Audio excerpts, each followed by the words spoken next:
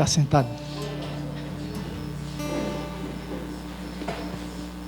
Deus abençoe cada um de vocês, né? Gera para essas portas, abençoe o pastor, a sua família, o seu ministério, né? E cada um de vocês. Abençoe a minha casa também, meus trabalhos, cada um que estão aqui presente, né? Que Deus é mais na nossa vida, Deus tem nos sustentado grandemente na nossa vida. Temos nós também que agradecer a Deus. Vou deixar um versículo assim, encontra aqui no livro de Salmo, primeiro livro de Salmo, capítulo 25, que diz assim: a oração por auxílio divino. Irmão, nós temos todos os dias a orar por auxílio divino. Nós precisamos do auxílio divino.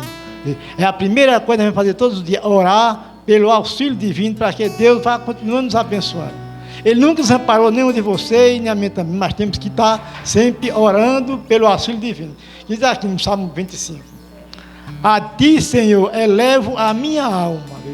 Todos os dias temos que levar ao Senhor, a ti, Senhor, elevo a minha alma. Nós devemos confiar somente em Deus para apresentar nossas queixas, apresentar nossos pedidos, apresentar nossa família, nossos trabalhos, nossa fadiga, né? Que Ele é quem é o nosso auxílio. O Senhor Deus é quem auxilia nós todos os dias. Vamos aqui no versículo 2: Deus meu, em ti confio, não seja envergonhado, nem exulte sobre mim os meus inimigos. Que aqui nós devemos pedir a Deus para nunca ser confundido. Deus meu, em ti eu confio. Nós temos que confiar em Deus todos os dias, para que não seja confundido, nem não seja envergonhado diante da nossa vida, né? Que se nós não confiar em Deus, nós somos sempre envergonhados, mas nós confiamos em Deus, Ele nunca deixa você envergonhado, nunca deixa você faltar nada, nunca deixa você abandonado, porque nós confiamos nele. Então nós temos que fazer isso a Ele, Deus de se entregar a Deus, para que nós não sejamos envergonhados.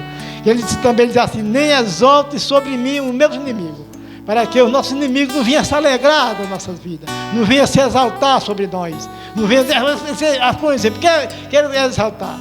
Já sei, você está numa queda, está no sufoco, tá, e você não pediu auxílio a Deus, aí o que é que vai fazer o inimigo? Ele não é crente, ela não é crente, porque está chorando. Ele não é crente porque está chorando. Ele não é crente porque passa fome. Ele não é crente porque está sofrendo. Quer dizer, isso é o inimigo se exaltando sobre o crente. Então, irmão, nós temos que confiar em Deus para que não seja envergonhado, que o inimigo não venha se alegrar na nossa vida. Que nós temos que estar sempre contentes em Deus. Que não podemos dar brecha ao inimigo para ele se exaltar, que ele zombar da nossa vida. Sempre o inimigo procura uma brecha no crente para estar zombando dele, procurando uma falha. Que é que o inimigo vai ver assim: teu louvor está errado, tua casa está errada, tua roupa está errada, isso está errado. Quer dizer, nós podemos andar diante de Deus numa comunhão perfeita, para que não tenha nada a mostrar ao inimigo, que ele venha se alegrar em nossa vida. Nós vimos que Deus tem feito essas coisas em nossa vida. Como no versículo 3: com efeito, os que em ti esperam, ninguém será envergonhado, serão os que sem causa procede traciosamente. Quer dizer, nós lemos o versículo 3, diz: com efeito dos que te esperam, ninguém será envergonhado. Quer dizer, se nós esperamos no Senhor um efeito profundo, uma coisa sinceramente, não somos envergonhados. Nós temos que esperar no Senhor para que Ele nos exalte. Nós temos que esperar no Senhor para que Ele não se alegre diante de nós, nosso inimigo. Nós temos que estar sempre assim, não dá brecha ao inimigo, não dá oportunidade ao inimigo para ele procurar brecha você. Então nós estamos sempre atentos, que ele procura um algo e não encontra, ele procura uma brecha e não encontra. Assim como nós vemos no dia da reunião que teve lá no céu, que foi os anjos de toda cuidado, no meio tinha mexer com Satanás, aí Deus pergunta a ele, como viu Jó, quer dizer, Jó nunca deu uma brecha ao inimigo, o inimigo nunca encontrou uma brecha em Jó, porque Jó estava preparado. Nunca encontrou uma brecha. A gente também venha ser um Jó, sem dar brecha no inimigo, para que ele venha se alegrar, Quer dizer, o inimigo tem que ver nós temos que estar feito assim, blindado diante do inimigo, para ele não ver nenhuma brecha na nossa vida. É isso que nós temos que fazer, e confiar em Deus. Amém? Vamos ficar de pé, que eu vou convidar o pastor para vir aqui para o altar. Ele é quem vai pregar esta noite, não sou eu. Amém? Pastor Naldo, vamos aqui a posição, vamos apresentar ele ao Senhor. Senhor Deus, nosso Pai, está presente o seu pastor Naldo, que está aqui dentro do altar, Pai. Ele vem deixar começar esta noite, Pai. Usa teu vaso grandemente, Pai, o que tem a falar, Pai. Usa a boca dele para falar com a tua igreja, Pai. Então, Pai, nós queremos ouvir através do vaso a tua profecia para nós. Esta é a minha oração, em nome de Jesus. Todos dizem. Amém. Todos dizem. Amém. Graças a Deus. Pastor, faça a vontade do Senhor.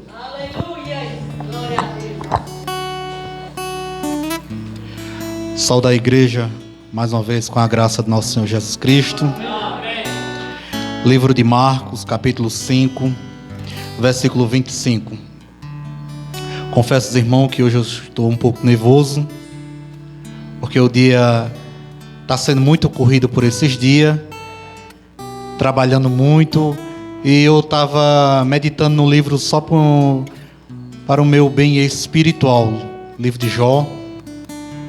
Mas quando a gente faz uma leitura, ou como fala, uma meditação no livro, mas muitas vezes a gente não quer pregar sobre aquele livro, a gente quer se alimentar e entender e compreender mais. Mas aqui estou para fazer a vontade do Senhor. Era minha filha Karen que ia vir ministrar hoje, mas ela tinha um compromisso no vale. Mas aqui estou. Eu sempre digo aos irmãos, todo texto, todo capítulo, ou cada pequena história que está na Bíblia, você não pode fazer só uma leitura, narrar. Para narrar, nós bota Cid Moreira e escuta ele. A gente tem de buscar mais. Entender o que é que o texto quer dizer conosco. Aqui eu ouvi a serva do Senhor dizendo que é doce como mel, pura verdade. Você tem de ler e se colocar dentro da história. Assim você compreende melhor. A tradução que eu uso sempre é, como eu digo aos irmãos, é uma linguagem de hoje. Eu já disse aos irmãos, eu não sabia ler, tinha vontade de ler a palavra e eu comprei a outra Bíblia que eu dei a meu irmão, dessa aqui mesminha, e botei debaixo do joelho e todo dia orava. Todo dia orava, pedindo a Deus que Deus me ensinasse a ler. Era um desejo que eu tinha no meu coração. Era tão desenrolado no meio do mundo, viajava, ia para Minas, mesmo de canto dirigindo sem habilitação, tão desenrolado, mas no mesmo instante tinha vontade de ler. Por isso que eu falo um pouco meio grosso. Vou dizer manga, muitas vezes sai jaca, mas compreendo o que digo, né? Diz assim: chegando ali, uma mulher que fazia 12 anos que estava com uma hemorragia, na sua tradução está dizendo fluxo de sangue, havia gastado tudo o que tinha, tratando-se com muitos médicos. Estes o fazia sofrer muito mais vezes, de melhorar, ela havia piorado cada vez mais.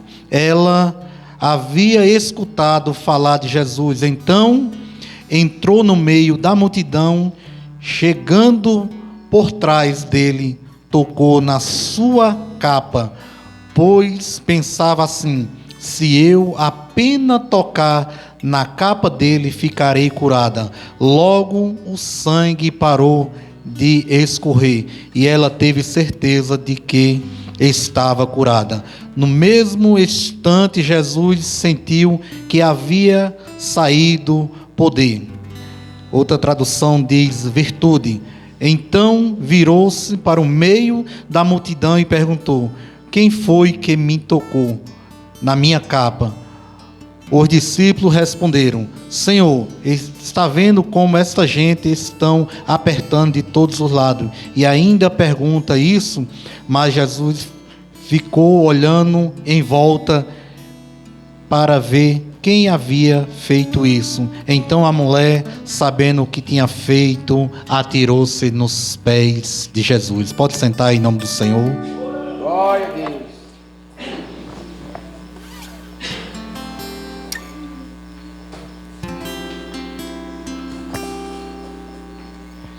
Eu creio que nessa casa de Deus já passou muitos servos do Senhor, ministrou essa palavra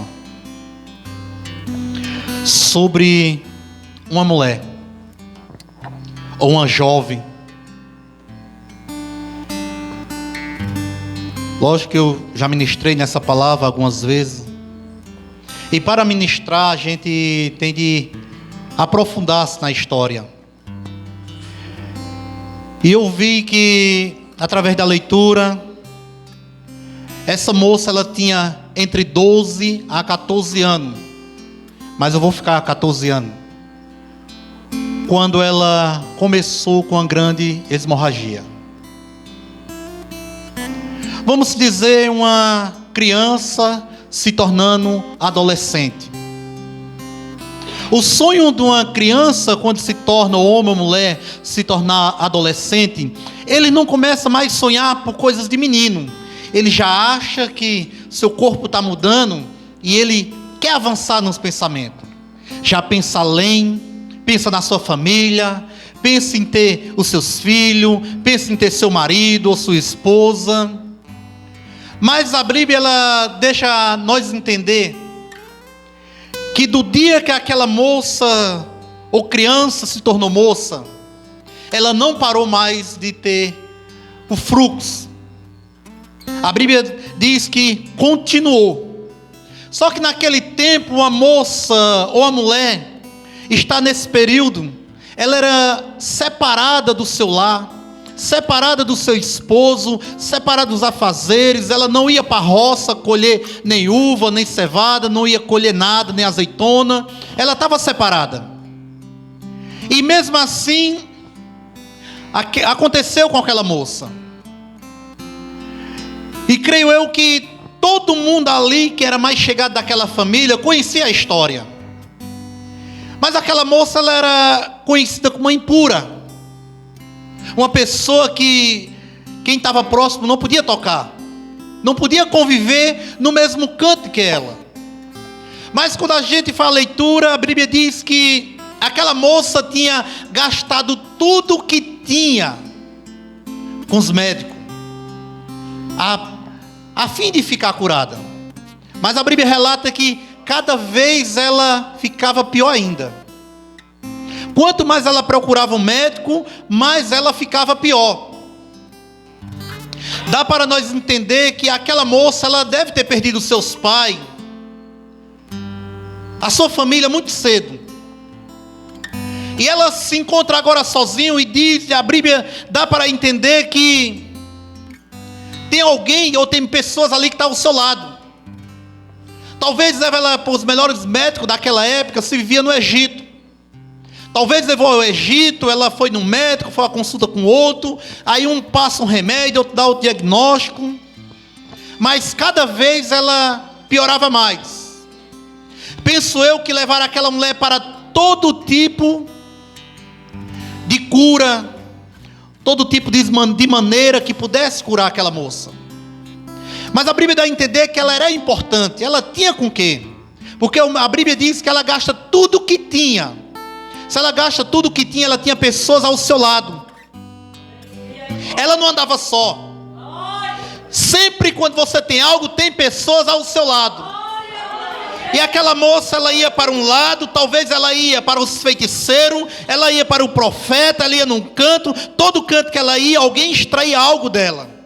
Mas nada dela ficar curada. E eu creio que alguns dos irmãos que estão aqui já devem ter passado por uma situação que quanto mais você tenta resolver, mais do canto não sai. E muitas vezes a mente da gente, ela fica uma grande frustração. Ou um abismo. Um grande abismo que vai se gerando sobre os nossos pés. O abismo é um pequeno buraquinho que começa, mas ele vai crescendo. Ele vai crescendo. Ele começa agora a tomar um lado da rua, começa a derrubar uma casa, e ele começa a avançar.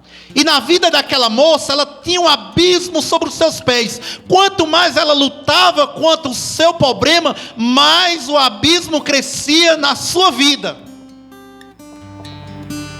Quantos de nós não tem se deparado com situação que a gente acha que nós não vamos vencer?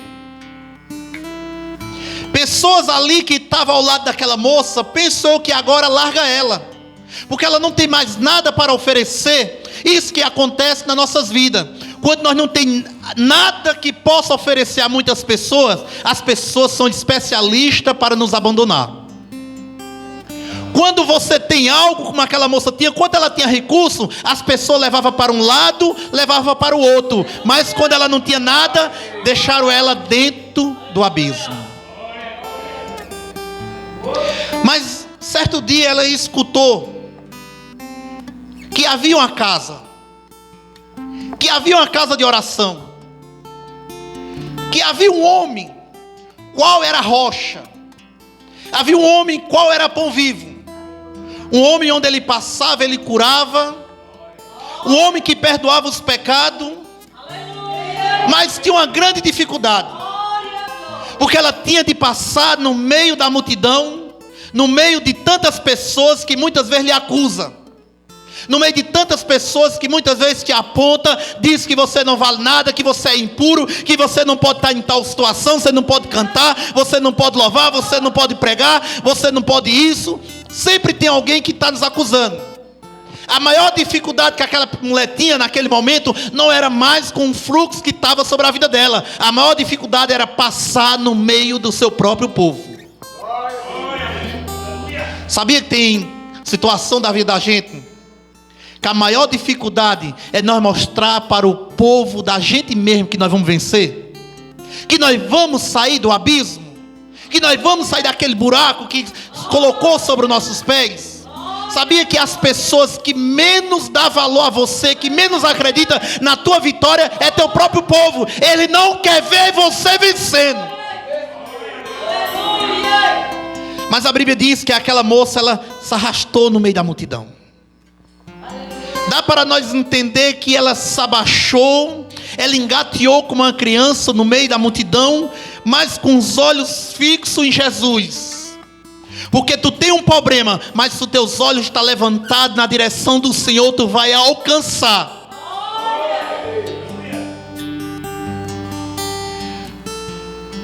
A gente vê que no passar dos anos, muitas pessoas elas estão ao nosso lado. Muitas pessoas têm se aproximado da gente. Mas no momento de dificuldade, quando você não tem mais nada para oferecer, as pessoas que aquela moça contava que ia estar com ela, quando acabou todo o seu recurso, foi os primeiros a abandonar. Muitas vezes na nossa vida, meus irmãos, a gente conta com filho, a gente conta com irmão, a gente conta com primo, a gente conta com tanta gente. Pessoas que muitas vezes você estava ali, com a mão aberta. Pessoas que estavam muitas vezes jantando, comendo na tua casa, ceando na tua mesa no Natal. Mas quando aquela pessoa vê que não tem nada que lhe seja útil para arrancar de você, muitas vezes vão te deixar sozinho. Mas aquela moça, ela viu que tinha um abismo sobre os seus pés, mas ela tinha vontade de vencer. Porque pensa aí, meus irmãos, que era muito frustrante para aquela moça. Ela via suas amigas que cresceu ali, junto com ela quando era criança, umas tomadas a casamento, construindo a vida, tendo um filho, tendo uns amigos ao seu lado, e ela ali separada, excluída da sociedade, ninguém mais lembra dela. Quando você é leproso, quando você é impuro, mas se tiver algo para oferecer, ninguém se lembra que tu é leproso. Ninguém olha se tu tem defeito, ninguém olha se tu estás em pecado, ninguém olha a tua situação se tu tiver algo que possa arrancar da tua vida.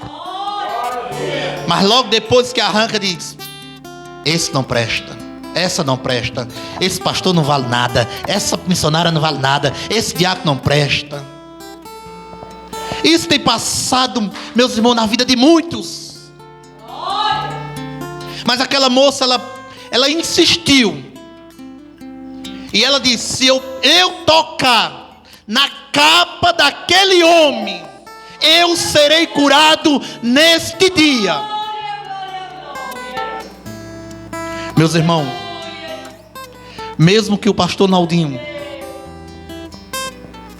mesmo que o pastor José, ou todos os irmãos dessa casa, dizer que não tem jeito sobre a tua vida, coloca os teus olhos fixos em Jesus, que vai ter jeito sim. Sobre os teus pés vai estar a rocha firme de Jesus Cristo. Tu não vai ver, tu vai pensar que está no abismo, mas Jesus está com tu sobre a rocha. Ah, meus irmãos, quantas vezes nós pisamos no chão e é ver que não sentimos o chão. Quantas vezes nós sentimos sozinhos. Mas como diz o Jó, basta um pouco do Espírito de Deus e a vontade de viver, ela brota mais uma vez. Você precisa ter prazer nesse alimento, nesta água viva, para que a graça de Deus, a cura espiritual comece a brotar sobre a tua vida. Não perca a esperança. A multidão está grande, está difícil aos teus olhos, mas se esforça.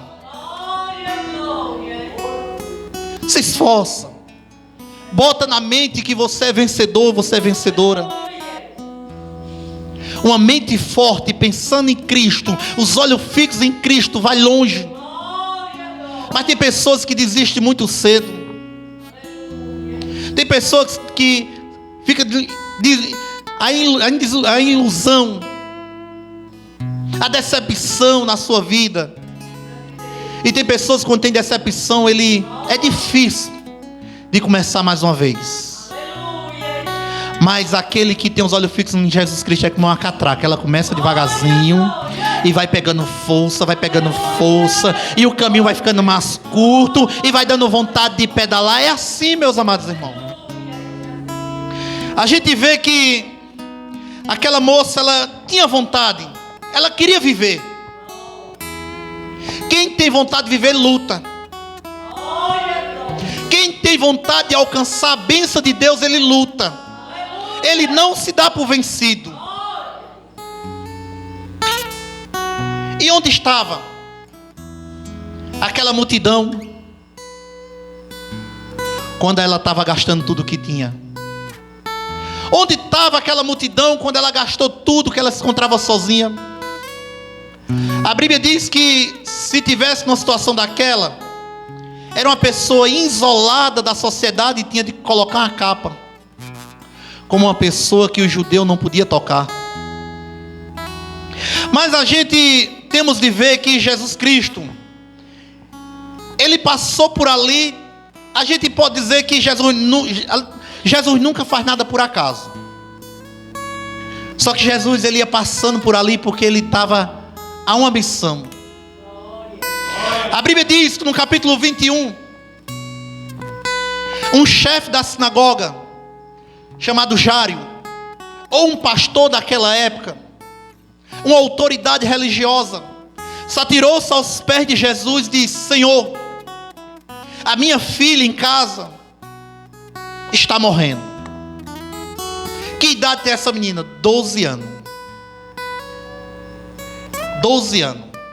Jesus, ele cura uma menina com 12 anos e cura alguém que sofre com 12 anos para a enfermidade. A Bíblia diz que Jesus olha para aquele homem e diz: vou sim até a tua casa. Tu estás me convidando para ir até a tua casa, levar milagre, pois eu vou na tua casa. Convida Jesus nessa noite para ir até a tua casa. Mas a gente vê que quando Jesus chega no versículo 35,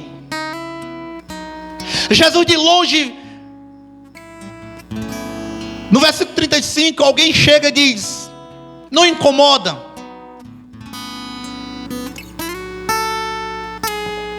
Não incomoda mais o mestre.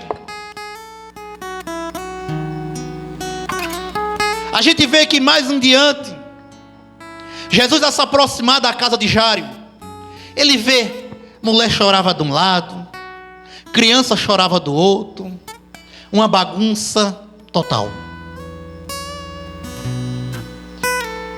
Quanto mais Jesus se aproximava, mais ele via que tinha uma grande confusão naquele local.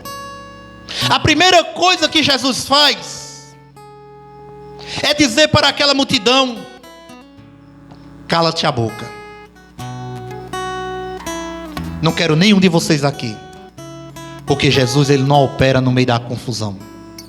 Jesus, ele não opera no meio da bagunça. Primeiro nós temos de arrumar a casa. Primeiro nós temos de limpar a bagunça. Primeiro nós temos de limpar a nossa vida, para que Jesus possa operar na nossa vida. Primeiro eu tenho de me confessar a Deus. Dizer a Ele qual é o meu defeito, o que estou passando, para que as bênçãos de Deus comecem a operar na minha vida. Jesus disse: olha, para com esse chororô, para com essa bagunça, sai todo mundo para fora, porque agora eu vou entrar para operar dentro desta casa. Enquanto a casa está bagunçada, Jesus ainda não tinha operado. Meus amados irmãos, a gente aprende com o tempo que para poder Jesus operar, dar vitória às nossas vidas, a gente muitas vezes temos de arrumar a nossa própria vida. Ah, pastor, como é que eu arrumo minha vida? Lendo a palavra. E como é que eu arrumo minha vida? Não só lendo, vivendo a palavra. Tem dia que você vai falhar, vai. Mas o Espírito de Deus vai te corrigir, tu vai cair em si e vai ler mais uma vez e viver a palavra. Porque só a palavra, ela convence o homem e a mulher do pecado.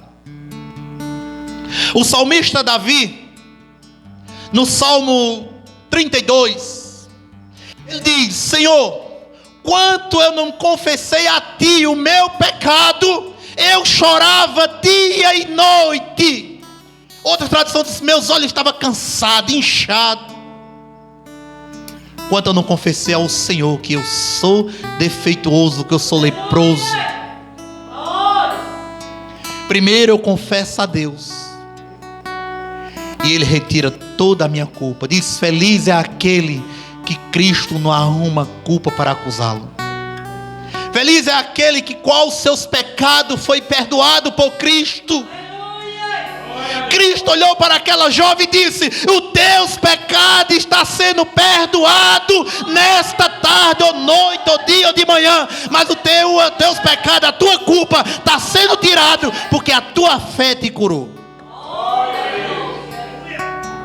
Nós precisamos entender que a misericórdia de Jesus Cristo, ela vem primeiro com um passo. Quanto você não der esse passo para Cristo, quanto você não entender que você é pecador, quanto você não entender que precisa tocar na capa do Senhor, você não vai conseguir ver um milagre.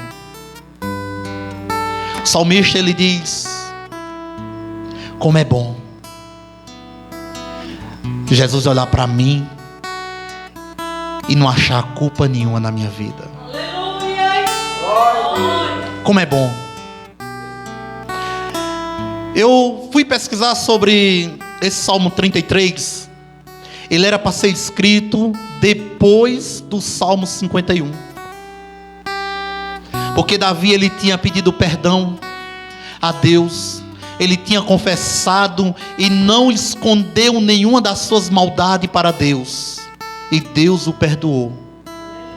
Mas muitas vezes, meus amados irmãos, a gente está sofrendo, está passando por algo. Deus, ele tem sim perdoado. Deus, ele tem apagado a nossa culpa. Mas tem algo que passa na vida da gente que é consequência dos nossos erros passados. Talvez Jário estava passando por uma consequência dos seus erros passados. Talvez aquela moça estava passando por uns erros dos seus pais. Ou não, ou talvez ela seja só para a glória de Cristo ser manifestada naquele local. Mas muitas vezes nós de casa do Senhor tem olhado para Deus, tem olhado para a liderança, tem olhado para todos os lados e tem dito: por que, Senhor? Isso não aconteceu na minha vida. Eu oro ao Senhor, eu choro nos teus pés. E eu quero dizer nessa noite que Deus perdoou os teus pecados, a tua culpa, o fluxo de sangue foi cessado. Mas muitas vezes pagamos a consequência dos nossos erros. Se a gente olhar Davi, Deus o perdoou, mas um dos seus filhos estrupou uma filha dele. O outro matou aquele que estrupou. Depois um filho dele, Absalão, morreu enganchado numa árvore.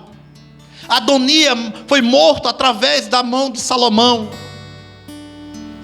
A espada não saiu da casa de Davi e Deus tinha o perdoado. Muitas vezes nós não sabemos lidar, nós não sabemos entender nem compreender, porque passamos por luta, Se nós estamos na casa de Deus, confessamos nossos pecados, o Espírito de Deus tomou posse sobre as nossas vidas. Nós falamos em mistério, louvando a Deus, sentimos a presença de Deus. Mas por que, Senhor, eu sinto tanto a tua graça, mas essa situação ainda continua dentro do meu lar? Deus, Ele quer te dar estrutura para que você todo dia lute contra as consequências das nossas vidas. Deus, Ele quer dar armadura para que todo dia você seja revestido. Só assim você vai olhar para o meio daquela multidão e vai dizer: eu vou passar no meio. Quanto aquela moça não estava com essa armadura espiritual, ela não tinha coragem de entrar no meio. Mas quando ela confessou ao Senhor: Senhor, sou leproso, Senhor, sou impura, sou separada da sociedade, sou separada das minhas amigas, sou separado dos meus parentes, aqueles que se aproximou de mim foi para arrancar tudo que eu tinha. Jesus olha para ela: mas hoje tu estás com tesouro no céu, porque houve salvação sobre a tua vida, e a culpa que tinha sobre a tua vida, ela não foi só arrancada, mas foi apagada. Sabia, meus amados irmãos, Jesus está, é o ditado popular, né?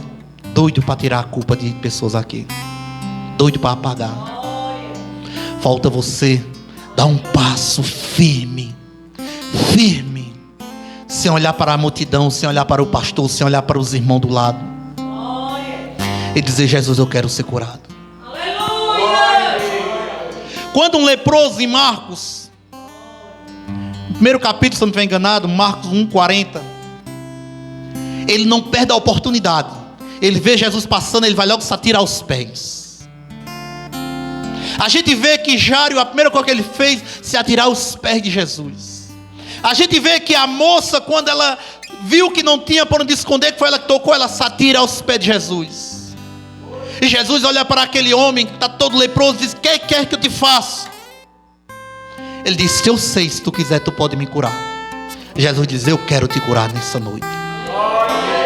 Jesus, ele só não tem bênção, Jesus só não tem bens materiais, Jesus tem mais coisa mais importante. Jesus tem cura para a tua alma,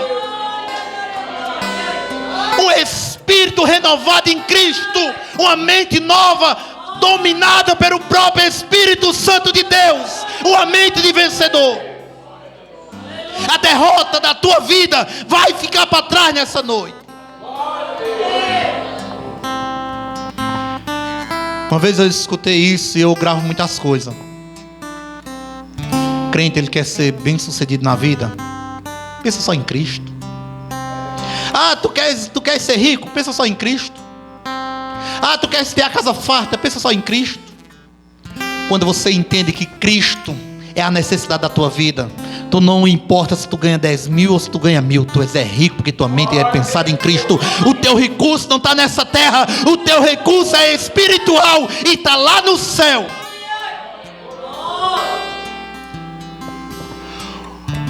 Deus, ele construiu justiça, médicos, e a Bíblia diz que a autoridade é tudo colocada divinamente por Deus. Mas um crente, quando ele vai para o médico, ele vai diferente daquele que não é crente. Quando ele vai para o médico: eu vou, mas Jesus já me curou. Ele vai dizer que eu tenho isso, mas eu sei que Jesus já me curou. Eu vou tomar esse remédio, mas Jesus já me curou. Aquele que não tem Cristo já entra no desespero. Liga para um, liga para outro: eu estou com isso nas pernas, eu estou com osteoporose, eu estou com isso. Mas aquele que tem Cristo, fosse do médico, deu o quê? Deu uma estoporosinha, mas quanto Jesus tiver, eu estou glorificando e marchando. Pode ver que ele nunca marchou na vida. Se dizer que ele está com estoporose, ele quer marchar todo o culto. Porque a mente de um cristão é vencedora. Ele não se limita às coisas da carne. Tudo que ele faz é espiritual. Eu acho que os irmãos aqui quase todos já escutaram um testemunho, né? Que vão arrancar a língua de uma pessoa que louva a Deus, e ele dá o grito mais forte que ele pode: Senhor, quero arrancar a minha língua. O crente é desse jeito. Quando tentar arrancar algo de você, dê o seu melhor para Cristo. Você nunca vai dar o seu melhor para ninguém, porque você tem dado para Cristo. Amém, meus amados irmãos? Nessa noite, foi até aqui que Jesus me concedeu. Vamos ficar de pé em nome de Jesus Cristo.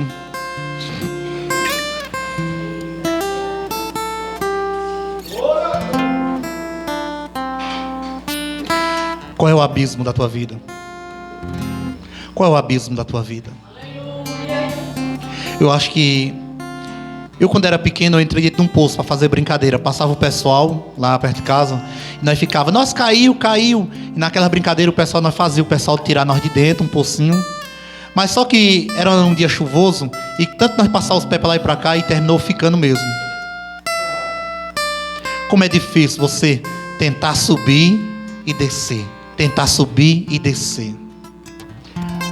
Mas quando Cristo chega, meu irmão, você nem vê, mas já está em cima. Fecha os olhos. Dá o teu melhor ao clamar o Senhor. Ora o Senhor Jesus Cristo nesta noite com fervor. Convida o Espírito de Deus para estar ao teu lado. Senhor, tira até a timidez. Porque eu sou tímido, meus irmãos. Mas eu peço ao Senhor nessa noite, Pai, tira toda a minha timidez nessa noite, para que eu possa glorificar o Teu nome, soberano Deus, Pai. Em nome de Jesus Cristo, Pai, a Sua palavra nos ensina, tudo o que pedir no nome de Jesus Cristo será dado.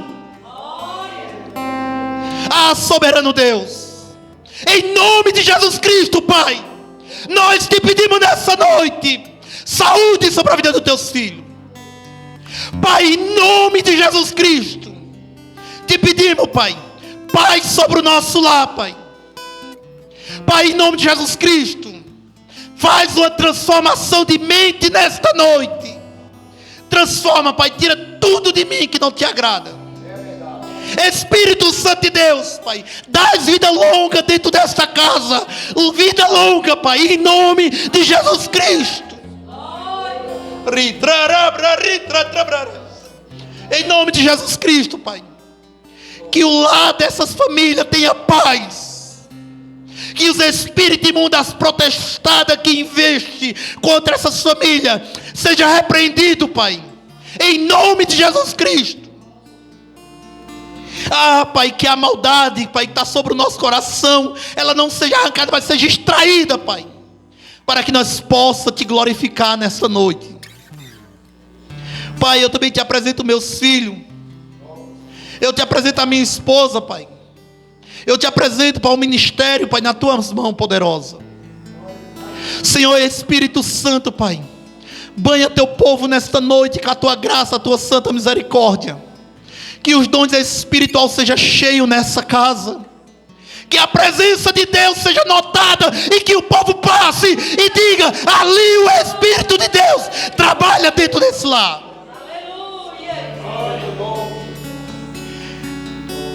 Pai, na autoridade do teu nome, eles sejam todos abençoados, Pai.